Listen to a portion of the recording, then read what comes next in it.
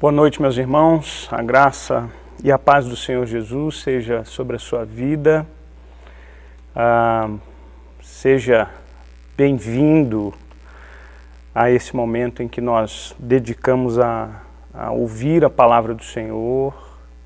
Quero convidar você para se colocar nesse momento, reunir a sua família, porque nós vamos dedicar esse tempo para colocar o coração diante do Senhor, para ouvir a exposição da sua palavra.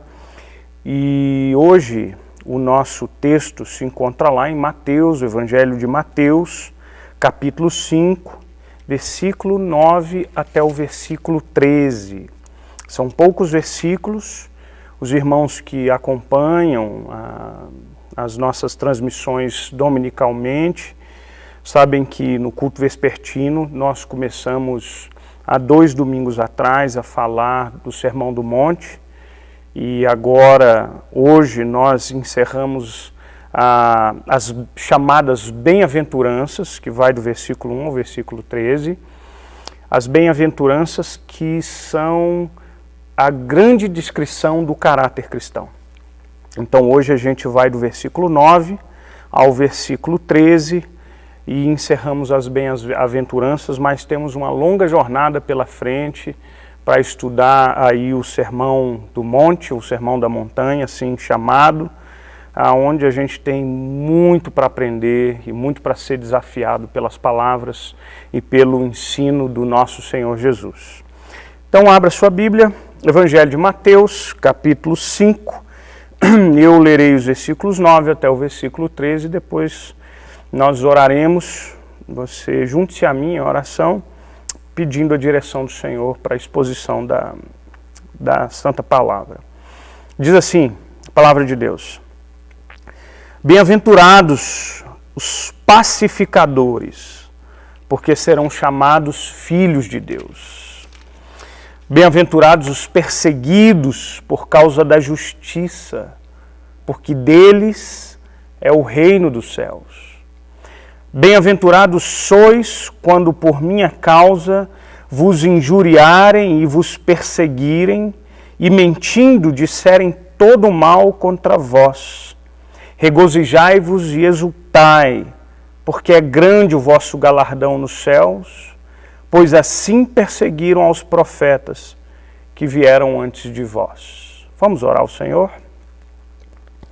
Pai querido, Pai santo, Pai bendito, eu quero pedir ao Senhor a Tua direção nesse momento em que nós, reunidos ainda que distantes, cada irmão no seu lar, mas reunidos estamos para nós estudarmos a Tua Palavra, para nós ouvirmos da voz do Senhor através da Tua Palavra. Eu quero pedir a direção do Senhor, porque nós precisamos da Tua direção para compreendermos a Tua Palavra, precisamos da mediação do Espírito Santo a fim de que o nosso coração seja receptivo a essa Palavra. Nós pedimos ao Senhor, portanto, que a voz do Senhor alcance a cada coração que nos ouve agora e que nos ouvirá em um outro momento, ouvindo essa mensagem gravada. E nós oramos ao Senhor, ó Pai, que o Senhor, por meio da Tua Palavra, que o Senhor alcance o coração de todos quantos a ouvirem. Nós louvamos o Teu nome, porque nós temos o privilégio de estarmos diante do Senhor, na Tua presença, em nome de Jesus. Amém, Senhor. Amém. Irmãos, antes da gente falar dessas bem-aventuranças, eu queria lembrar alguns aspectos muito importantes. Quero lembrar, bem-aventurado significa feliz ou bendito, mas há alguns aspectos, algumas características muito importantes que dizem respeito a essas bem-aventuranças que a gente precisa se lembrar antes da gente falar das 2 últimas bem-aventuranças. Bom, a primeira delas é que essas bem-aventuranças, elas delineiam o caráter cristão.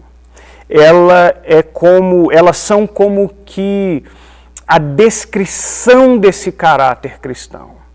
Elas revelam, elas apontam para aquilo que deve ser o caráter cristão.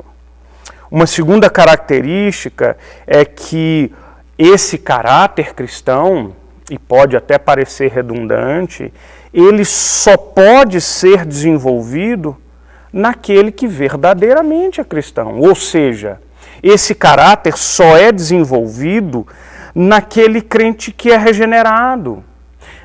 O desenvolvimento desse caráter é fruto da obra do Espírito Santo. E sabe por que eu estou dizendo isso? Porque quando nós olhamos para as demandas do Sermão do Monte, ou quando nós olhamos especificamente para as bem-aventuranças, a gente percebe que os traços, as características desse caráter cristão são claramente contrários à nossa natureza humana e pecaminosa. Um outro aspecto importante da gente lembrar é que, ao mesmo tempo, eu já disse, o desenvolvimento desse caráter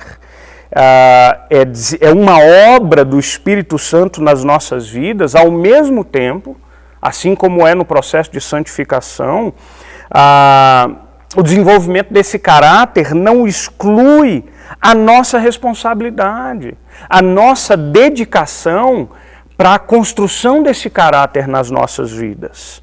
As bem-aventuranças, elas precisam ser diligentemente olhadas por nós e há que se ter um esforço pessoal no sentido de que a gente trabalhe esse caráter, desenvolva essas características nas nossas próprias vidas. E por fim, é preciso que a gente se lembre que as bem-aventuranças, elas estão uma vinculadas às outras de uma forma crescente. Por exemplo, quando a gente olha o desenvolvimento de cada uma delas, e eu diria que de uma forma crescente e interdependente. Ora, por quê? Se você olhar desde a primeira bem-aventurança, nós olhamos aqui o pacificador, que é uma das bem-aventuranças que nós vamos falar hoje à noite. Só consegue ser um pacificador aquele que é humilde de espírito, aquele que chora por sua condição pecaminosa, aqueles que se tornam mansos, ou gentis, ou amáveis, aqueles que anelam por justiça, aqueles que exercem misericórdia, aqueles que têm um coração limpo. Percebe como um aspecto desse caráter cristão é construído sobre outros aspectos que antecipam essas características que são descritas para nós hoje? Então a gente encerra essas bem-aventuranças, que são os primeiros desafios aqui do Sermão do Monte para nós, falando das duas últimas bem-aventuranças. E a primeira que nós vamos falar hoje à noite está aí no versículo 9, se você quiser acompanhar a leitura na sua Bíblia. O versículo 9 assim nos diz: bem-aventurados os pacificadores, porque eles serão chamados filhos de Deus. Vamos pensar especificamente nessa bem-aventurança, tá? Quando nós olhamos para algumas dessas bem-aventuranças, especialmente a partir do versículo 6, quando fala da fome e sede de justiça, há uma semelhança ao há uma semelhança aos 10 mandamentos. Quando nós olhamos os 10 mandamentos, há uma parte dos mandamentos que descrevem ou que determinam ou que regem as nossas relações com Deus. A primeira parte, não terás outros deuses diante de ti. A segunda parte tem implicações horizontais, implicações comunitárias, implicações nas nossas relações uns com os outros. E da mesma forma, aqui no Sermão do Monte, a gente percebe essa característica agora nas bem-aventuranças, por exemplo, onde as primeiras bem-aventuranças relacionam-se com a nossa vida com Deus, e a outra parte dessas bem-aventuranças, elas têm uma implicação direta nas nossas relações interpessoais. E agora chegamos na bem-aventurança que diz que bem-aventurados são os pacificadores. Irmãos, antes de explicar melhor o que quer dizer ou o que é ser um pacificador, há um problema para o qual eu preciso chamar a atenção de todos os irmãos, e há um problema para o qual eu gostaria de alertar a cada um de nós. Eu acho que é do conhecimento, do seu conhecimento, e talvez você já tenha percebido que nós temos vivido dias bem difíceis, dias que eu chamo de dias muito polarizados. Esses dias são difíceis não somente por causa dessa pandemia, que já é em si mesmo, já é um problema terrível e gigantesco, mas essa polarização quer dizer que nós estamos culturalmente, moralmente, politicamente dividido entre polos opostos. Eu tenho visto, desde as últimas eleições presidenciais no nosso país, os ânimos extremamente alterados e um país extremamente dividido entre opostos que vão de um extremo a outro. Irmãos, e me entendam bem, diferenças de pensamentos são naturais e eu acho que são inclusive saudáveis. Elas precisam proporcionar um debate saudável, discussões e, sobretudo, para nós cristãos, que temos a Bíblia como regra de fé e prática, esses debates precisam estar pautados nessa regra de fé e precisam ser conduzidos através desse caráter cristão. Mas me chama muito a atenção que esse problema da polarização, eu vejo duas manifestações muito claras dessa polarização nos nossos tempos. Bom, uma delas é que, por conta de uma mentalidade polarizada entre um lado ou outro, a gente tende a desconsiderar a complexidade dos fatos. Os nossos posicionamentos e conclusões, elas só caberão em um dos espectros. E então, normalmente, a gente diz, se não é isso, é aquilo outro. E, às vezes, a gente desconsidera a complexidade de algumas situações. Uma outra característica desse tempo de polarizações é que cada lado tende a rogar para si ou a trazer para si o que eu chamo de um monopólio da virtude. Ou seja, se você pensa assim, se você apoia tal pessoa, você é do mal, você não merece o meu respeito. E isso é algo terrível. E eu tenho visto, inclusive no meio cristão, inclusive entre irmãos, debates calorosos, desprovidos do amor e do respeito mútuo que precisa haver entre nós. Então, quando eu ouço essa recomendação de Jesus, quando eu ouço, na verdade, a descrição dessa característica do caráter cristão, que é ser um pacificador, eu não tenho nenhuma dúvida que os nossos ouvidos modernos não recebem muito bem, ficam um pouco desconfortáveis com essa afirmação de Jesus. E aí, eu preciso citar para você uma fala do pastor John Piper, quando pregando esse versículo. John Piper diz uma coisa bem interessante. Ele diz o seguinte: estaria Jesus ciente de que a mão de ferro do Império Romano estava e pesava sobre a pequena terra dos judeus sem o seu consentimento? Estaria Jesus ciente de que Arquelaus matou 3.000 judeus durante a festa da Páscoa? Jesus estava ciente de que um soldado romano podia obrigar a qualquer cidadão judeu a carregar a sua bagagem até 1 milha? Será que Jesus sabia, por exemplo, que Pilatos mandou espancar judeus que protestavam porque ele, Pilatos, roubou objetos sagrados do templo? Será que Jesus estava consciente de que Pilatos matou os judeus no próprio templo, misturando o sangue desses homens com o sangue dos sacrifícios, o que era completa abominação para esses judeus?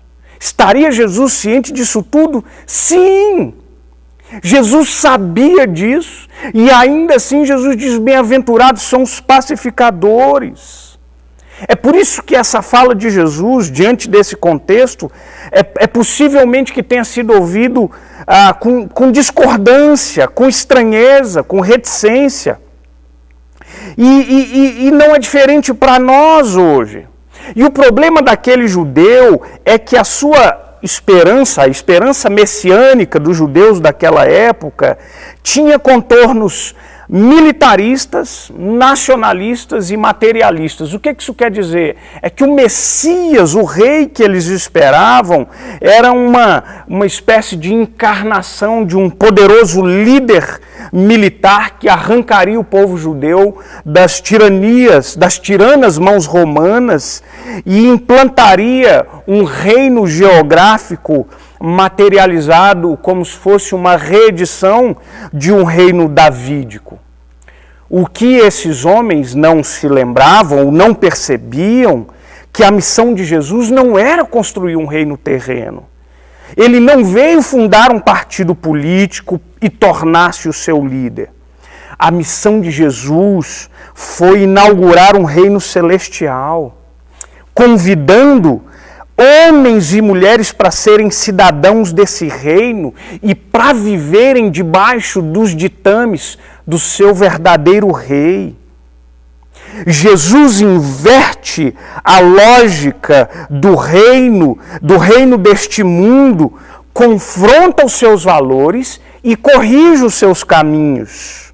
Nesse reino celestial, nesse reino de Deus, nesse reino inaugurado por Jesus, os humildes são exaltados e os exaltados são humilhados. Nesse reino que Jesus inaugurou, os primeiros são os últimos e os últimos são os primeiros. E nesse reino, os pacificadores são chamados de bem-aventurados. Irmãos, Jesus, o nosso Senhor Jesus, Ele mesmo foi um pacificador, e o apóstolo Paulo usa essa linguagem para descrever o papel de Jesus como o nosso mediador. O que o apóstolo Paulo escreve com detalhes no capítulo 2 de Efésios é que nós, sendo pecadores, estávamos no estado de guerra, de inimizade contra Deus. E Jesus então vem e, através da sua mediação, ele pacifica, ele restaura essa relação onde nós estávamos separados e ele nos une a Deus. O texto de Efésios, então o apóstolo Paulo usa essa linguagem de forma extensiva. Ele diz assim: mas agora em Cristo, vós que estavam longe, já pelo sangue de Cristo chegastes perto, porque Ele é a nossa paz, o qual de ambos fez um, derrubando a parede de separação que estava no meio. Na sua carne desfez a inimizade, isto é, a lei dos mandamentos que consistia em ordenanças para criar em si mesmo dos dois um novo homem, fazendo a paz, e pela cruz reconciliar ambos com Deus em um corpo, matando com ela as inimizades. E vindo ele evangelizou a paz a vós que estavam longe e aos que estavam perto. Olha que coisa maravilhosa. Então, prestem bem atenção. Jesus vem e nos reconcilia com Deus e nos entrega a filiação através da sua obra. Nós somos adotados pelo Pai, segundo diz Romanos 8, no capítulo 15. E Efésios 2,19 diz que agora nós somos a família de Deus. E prestemos atenção numa coisa. Olha o que o texto de Mateus diz lá no versículo 9. Bem-aventurados os pacificadores, porque eles serão chamados filhos de Deus. Irmãos, nós agora, enquanto filhos de Deus, precisamos refletir o caráter de Deus. Nós agora que participamos dessa filiação, a gente precisa apontar para Deus através do nosso caráter. Olha como o pastor Dr. Martin Lloyd-Jones ele descreve o que é um pacificador. Ele diz assim: pacificador é aquele que procura estabelecer ativamente a concórdia. Irmãos, como nós precisamos de crentes pacificadores, pessoas que, em meio às relações conflituosas que nos são tão comuns, precisam agir no sentido de unir relações, mediar relações. Precisam agir não mais a partir do modo da revanche, do toma lá da cá, da devolução, da mágoa e da vingança. Não mais dessa forma. Nós temos o desafio e o grande desafio de colocarmos em ação o caráter do pacificador. A Bíblia está repleta de textos como, por exemplo, 1 de Pedro 3, 8 a 11, quando Pedro diz: finalmente sede todos de igual ânimo, compadecidos, fraternalmente amigos, misericordiosos, humildes, não pagando mal por mal, ou injúria por injúria, antes pelo contrário, bendizendo, pois para isso fosse chamados, a fim de receberdes bênção por herança. Pois quem quer amar a vida e ver dias felizes, refreia a língua do mal, evite que os seus lábios falem dolosamente, aparte-se do mal, pratique o que é bom e busque a paz, empenhe-se por alcançá-la. Romanos 12, 8 assim diz: se for possível, quando estiver em vós, quando depender de vós, tende paz com todos os homens. Hebreus 12, 14 diz: segui a paz com todos e a santificação, sem a qual ninguém verá o Senhor. Eu preciso chamar a sua atenção e fazer uma observação agora. É claro que é desejável e é necessário que o caráter de pacificadores esteja presente nas nossas vidas. Mas uma coisa é preciso que a gente se lembre. A paz que eu e você precisamos promover não é uma paz a qualquer custo. E o que eu quero dizer com isso?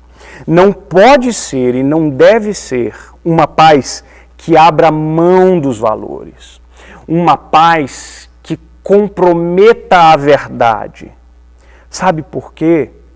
Porque lembra que eu falei que uma bem-aventurança é construída em cima da outra e que elas se relacionam mutuamente? Ora, essa paz que nós buscamos, ela está baseada em um caráter devoltado a Deus, num coração, num espírito humilde, num coração puro, nenhuma sede por justiça. Essa paz reflete a nossa filiação que nós temos com Deus. E por isso, essa paz, ela está atrelada à vontade de Deus e aos seus mandamentos. O John Stott diz uma coisa interessante no seu comentário sobre o Sermão do Monte. Ele diz que há uma grande diferença entre o que ele chama de pacificador e apaziguador.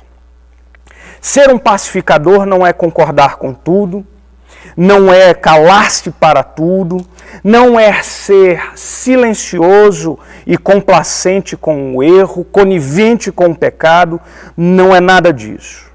Nós somos ensinados a combater o erro, nós somos orientados a lutar contra o pecado, mas a gente precisa fazer isso de forma correta.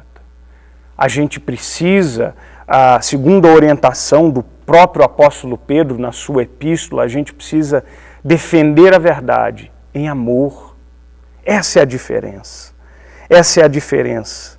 E a gente precisa se lembrar que esse desejo precisa estar em nós. Então, meu irmão, minha irmã, se você tem um problema com o seu irmão, procure-o e resolva. Se você discorda, ore para buscar entendimento. Se você tem mágoa, perdoe. Deixe de lado o revanchismo. Não seja engolido pelo orgulho, abandone a vingança. A gente precisa refletir esse caráter. Então lembre-se, e aqui fica o meu alerta para você, se você é discípulo de Cristo, se você é um filho de Deus, então você precisa ser um pacificador. Ser filho de Deus, ser chamado filho de Deus, não é apenas uma promessa ou uma recompensa de uma bem-aventurança. É evidência, ser pacificador é evidência da nossa filiação para com Deus. Bom, a segunda bem-aventurança de hoje, e que é a última bem-aventurança desses versículos, estão nos versículos 10, 11 e 12, que eu gostaria de ler aqui com os irmãos. Diz assim a palavra do Senhor: bem-aventurados os perseguidos por causa da justiça, tá bom? Eu vou ler os versículos que se seguem, 10, 11 e 12. Bem-aventurado os que sofrem perseguição por causa da justiça, porque deles é o reino dos céus. Bem-aventurados sois quando vos injuriarem e perseguirem e mentirem, disserem todo o mal contra vós por minha causa. Exultai e alegrai-vos, porque grande é o vosso galardão nos céus, porque assim perseguiram os profetas que foram antes de vós. Irmãos, aqui nós chegamos à última bem-aventurança. Na verdade, os versículos 11 e 12 são um desdobramento do versículo 10. E é interessante que agora, eu acredito que essa bem-aventurança, ela é talvez uma consequência das demais bem-aventuranças refletidas em nossas vidas. E aí, eu digo que ela é consequência porque à medida que a gente evidencia, à medida que a gente se apropria destas demais bem-aventuranças, uma coisa é fato: é muito possível que a gente acabe ganhando como fruto do exercício desse caráter cristão muita perseguição. É curioso que nós falamos muito pouco sobre isso. Muito pouco sobre isso. Nós vivemos em um tempo em que a vida cristã não é pensada, ou esse aspecto da vida cristã é rejeitado por nós. Nós nos esquecemos que é próprio da vida cristã sofrer perseguições, lutas e adversidades. No mundo em que nós vivemos, você será, por exemplo, criticado por lutar pelo seu casamento. No mundo erotizado que nós vivemos, você será ridicularizado por defender a pureza sexual. No mundo injusto, você será chamado de tolo por querer ser justo. No mundo de desamor, você será considerado ingênuo porque você decidiu amar. Mas se tudo isso acontecer, e se você está vivendo e evidenciando esse caráter cristão, você provavelmente já tem experimentado essas lutas. Mas se isso acontecer, lembre-se, você é bem-aventurado. Quando nós lemos esses versículos, a gente precisa se lembrar de algumas coisas importantes, porque às vezes há algumas confusões quando nós lemos que bem-aventurados são os perseguidos por causa da justiça. E mais ainda, às vezes a gente tem dificuldade em entender quando a Bíblia diz que nós precisamos nos alegrar, nos regozijar quando formos injuriados, perseguidos, quando mentirem sobre nós mesmos. Eu preciso explicar o que o texto e o que o Senhor Jesus queria dizer com tudo isso aqui.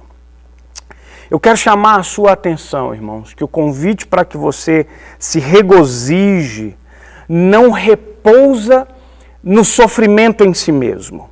Ou seja, a alegria que precisa haver em nós diante das situações de perseguição ou de lutas, ela não está fundamentada na perseguição em si, mas naquilo que gera perseguição e naquilo que essa perseguição vai produzir nas nossas vidas. Lembra do que o apóstolo Paulo fala em Romanos, no capítulo 5, quando ele diz que se gloria nas suas próprias tribulações, porque as suas tribulações produzem perseverança, a perseverança experiência e a experiência esperança? Percebe que o seu regozijo não está na sua luta em si mesmo, mas naquilo que as tribulações que ele enfrentava produziam nele. Ora, não é diferente aqui. Então preste bem atenção. Nossa alegria está e deve estar naquilo que causa ou naquilo que gera o sofrimento. E o que gera o sofrimento? A Bíblia diz que nós somos bem-aventurados por causa da justiça. Você, quando decide lutar pela justiça e, sobretudo, a justiça divina, você pagará um preço por isso. Se você, conforme o texto bíblico diz que bem-aventurados quando por minha causa, se você defende a causa de Cristo, você será perseguido por isso, percebe? Lutar pela justiça, lutar pela causa de Cristo, isso vai produzir e vai trazer sofrimento para a sua vida. É inevitável, em maior ou menor grau, de uma forma ou de outra. E o que o sofrimento produz em nós? Qual é a recompensa? Qual é o resultado? A Bíblia diz galardão, o prêmio celestial. Bem-aventurado, regozijai, porque grande é o vosso galardão nos céus. Lá no versículo 10 diz que você é bem-aventurado quando é perseguido, porque o reino dos céus pertence a você. Essa é a nossa alegria. E por fim, é curioso a gente pensar que a nossa alegria precisa também estar no fato de que o sofrimento é uma marca que identifica toda uma linhagem de homens e mulheres que já sofreram pela causa do Senhor. É o que diz o versículo 12, quando nos diz que assim perseguiram profetas que vieram antes de vós. Sabe o que esse texto me faz lembrar? Me faz lembrar a galeria dos heróis da fé, lá em Hebreus, no capítulo 11. Nessa galeria dos heróis da fé, homens e mulheres. E, aliás, normalmente nós lemos somente a parte boa. Que muitos fecharam a boca de leões, escaparam de tribulações, mas muitos homens e mulheres, pela defesa da sua fé, pela fidelidade ao seu Senhor, padeceram e padeceram muito. O texto nos diz que os quais, por meio da fé, subjugaram reinos, glória a Deus por isso, praticaram justiça, obtiveram promessas, fecharam a boca de leões, extinguiram a violência do fogo, escaparam ao fio da espada, da fraqueza tiraram força, fizeram-se poderosos em guerra e puseram em fuga exércitos de estrangeiros. Mulheres, pela ressurreição, receberam os seus mortos. E para tudo isso nós dizemos glória a Deus, aleluia. Esse é o resultado da fé. Mas o texto não para por aí.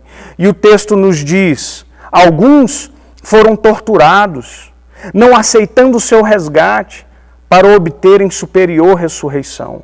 Outros, por sua vez, passaram pela prova de escárnios e açoites, até de algemas e prisões. Foram apedrejados, provados, cerrados ao meio, mortos ao fio da espada. Andaram peregrinos vestidos de peles e de ovelhas e de cabras, necessitados, afligidos e maltratados. Hebreus 11, 33 a 37.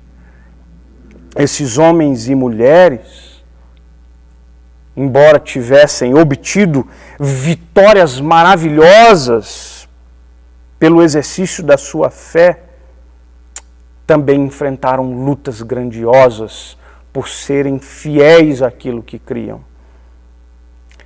E no fim, sabe o que eles sabiam? Sabe qual era a consciência desses irmãos? É que eles eram peregrinos e que a sua maior recompensa não estava no milagre daqueles que ressuscitaram, no milagre do fogo extinto, no milagre da boca dos leões fechadas, no milagre das muralhas derrubadas. A recompensa maior estava na sua pátria celestial, e eles tinham essa consciência. E aqui eu preciso chamar a sua atenção, meus irmãos. Nós vivemos em um mundo que nenhuma dessas coisas nos encantam. Nem o sofrimento, porque nós fugimos dele, nós o rejeitamos, e nem o galardão, a recompensa celestial, porque nós a desprezamos. Para nossa geração de cristãos, e muito provável para a geração que nos antecede, o que interessa não é sofrimento, é o céu, é aqui, é agora, é a promessa, é a recompensa, é o galardão terreno, é a vitória de agora, do hoje. O que interessa para a gente é vitória com sabor de mel. As músicas que nós cantamos pedem para restituir, porque eu quero de volta o que é meu. A gente determina que hoje o meu milagre vai chegar. Essa semana há um casal norte-americano que tem escrito belíssimas canções, e parece-me que uma das suas canções que eu ouvi essa semana é Keith and Kristen Getty, o casal que escreveu a belíssima canção Só em Jesus. Eu os ouvi cantando a música chamada Blessings, que quer dizer bênçãos. E olha que música maravilhosa, essa canção me chamou a atenção pela sua letra. Ela diz assim: oramos por bênçãos, oramos por paz, conforto para a família, proteção enquanto dormimos. Oramos por cura, por prosperidade. Oramos por tua mão poderosa para aliviar o nosso sofrimento. O tempo todo o Senhor ouve a cada necessidade falada. No entanto, o amor é grande demais para nos dar coisas menores. E aí olha o que diz o refrão. Porque, e se as suas bênçãos vierem através de gotas de chuva? E se a sua cura vier através de lágrimas? E se 1000 noites sem dormir é o que eu preciso para saber que você está perto? E se as provações dessa vida são suas misericórdias disfarçadas? E se a resposta de Deus para as nossas orações, irmãos, não forem aquilo que nós esperamos? Irmãos queridos, nós temos pensado nessa bem-aventurança, ou aliás, nós temos olhado o nosso sofrimento pela causa de Cristo como uma bem-aventurança. Eu preciso fazer mais uma observação aqui. Eu vejo uma quantidade enorme de cristãos que fazem uma quantidade sem fim de bobagens, que têm uma personalidade incontida,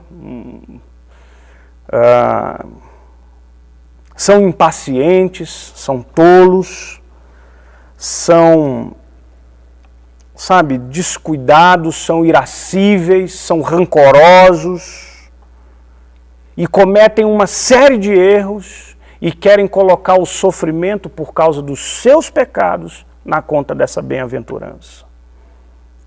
E dizem para si mesmos: eu estou sofrendo porque eu sou um servo de Deus. Não. Há muitos dos nossos sofrimentos que são consequência pura e direta do nosso coração duro, dos nossos erros, da nossa ganância, das nossas inconsequências, das nossas mentiras, da nossa impureza. Portanto, não confundam uma coisa com outra. Seja responsável diante de Deus. Sabe que o apóstolo Pedro nos alerta claramente a esse respeito? Ele diz lá em 1 de Pedro 3, de 13 a 17, eu não lerei o texto todo, mas alguns trechos, ele diz que o rosto do Senhor está contra aqueles que praticam males. E aí o texto segue dizendo o seguinte: mas ainda que venhais a sofrer por causa da justiça, bem-aventurados sois. Não vos amedronteis, portanto, com as suas ameaças, nem fiqueis alarmados, antes santificai a Cristo como Senhor em vosso coração. Estejamos preparados a responder todo aquele que vos pedir a razão da esperança que há em vós, fazendo todavia com mansidão e temor, com boa consciência, de modo que naquilo em que falam contra vós outros, olha o que diz a palavra, fiquem envergonhados os que os difamam pelo vosso bom procedimento em Cristo. Porque se for da vontade de Deus, é melhor que sofrais por praticardes o bem do que praticando o que é mal. Entende a diferença? Entende a diferença entre sofrer e ser perseguido por estar debaixo e obediente à vontade de Deus, do que sofrer como fruto do seu próprio pecado? Não queira colocar isso na conta divina. Irmãos, eu não sei se alguns irmãos estão cientes, mas há uma irmã, o nome dela é Simone Quaresma, e Simone Quaresma, ela é uma irmã da Igreja Presbiteriana do Brasil. Ela escreveu um livro chamado Que Toda Mãe Gostaria de Saber sobre a Disciplina Bíblica. E eu acredito que menos de um mês a primeira vara da infância e da juventude do Rio de Janeiro decidiu proibir a venda desse livro. Sabe por quê? Porque nesse livro ela defende a disciplina, o castigo físico, o que a gente chama de palmada.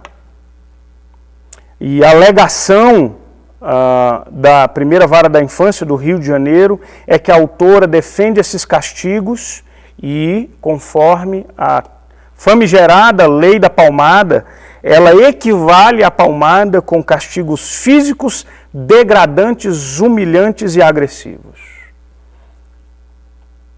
Isso é sofrer por defender o que a palavra afirma. Há quantos exemplos ao redor de nós? Irmãos, eu quero concluir a minha palavra aqui para vocês.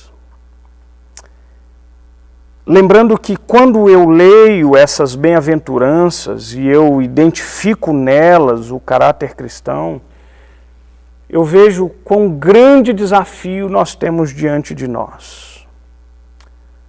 Um desafio grande, sabe por quê? Porque a mensagem do Evangelho é exigente. O convite de Jesus nos leva para a cruz. É um grande desafio porque muitas vezes nós banalizamos o discipulado cristão, nós barateamos o ensino do Evangelho, nós arrancamos a cruz da sua essência.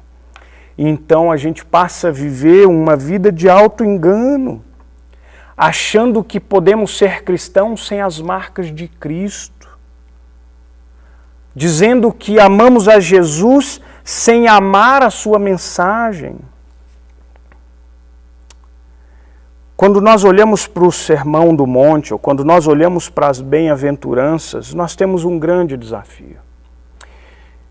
E o desafio da gente nos colocar a nós mesmos nessa forma das bem-aventuranças e percebermos onde, em qual aspecto a gente ainda precisa de ajuste, precisa de oração, precisa de quebrantamento, precisa de adequação. Esse é um grande desafio, irmãos. Esse é um desafio enorme para nós. Mas nós não podemos nos enganar, porque a promessa da bem-aventurança, as promessas do Senhor para nós culminam na promessa maior, da herança do reino dos céus. E eu lamento muito e me entristeço muito porque o próprio Senhor Jesus já nos alertou de que naquele dia chegarão diante dele, no último dia, no juízo, muitos dizendo: Senhor, Senhor, em teu nome fizemos isso e aquilo. E o que ouvirão em resposta é uma rejeição categórica do Senhor Jesus dizendo: apartai-vos de mim, eu não vos conheço, vocês não são meus. Eu encerro a nossa exposição bíblica de hoje desafiando a você, cristão, de um mundo que é materialista, que é egoísta, que ama o conforto, e o conforto não é ruim, mas o ruim é nós tentarmos estipar da mensagem cristã aquilo que é parte inseparável da vida cristã. Há um livro chamado Vale da Visão, é uma coletânea de meditação de autores de tradição puritana, a John Bunyan, a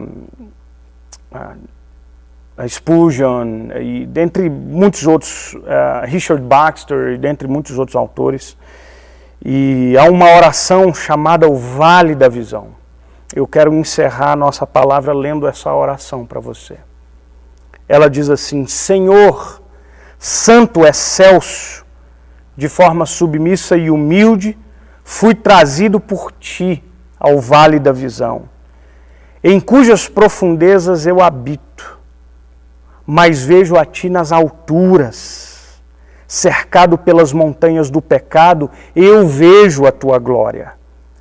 Permita-me aprender pelo paradoxo, que o caminho para baixo é o caminho para cima, que ser humilde é ser elevado, que o coração quebrado é o coração sarado, que o espírito contrito é o espírito alegre, que a alma arrependida é a alma vitoriosa, que não ter nada é possuir tudo, que suportar a cruz é usar a coroa, que dar é receber, que o vale é o lugar da visão.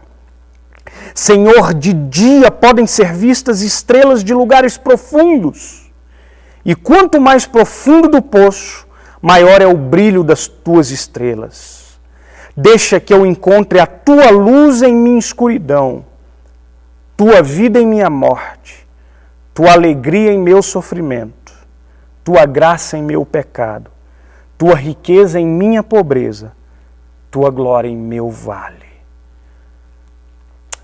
Que Deus abençoe as nossas vidas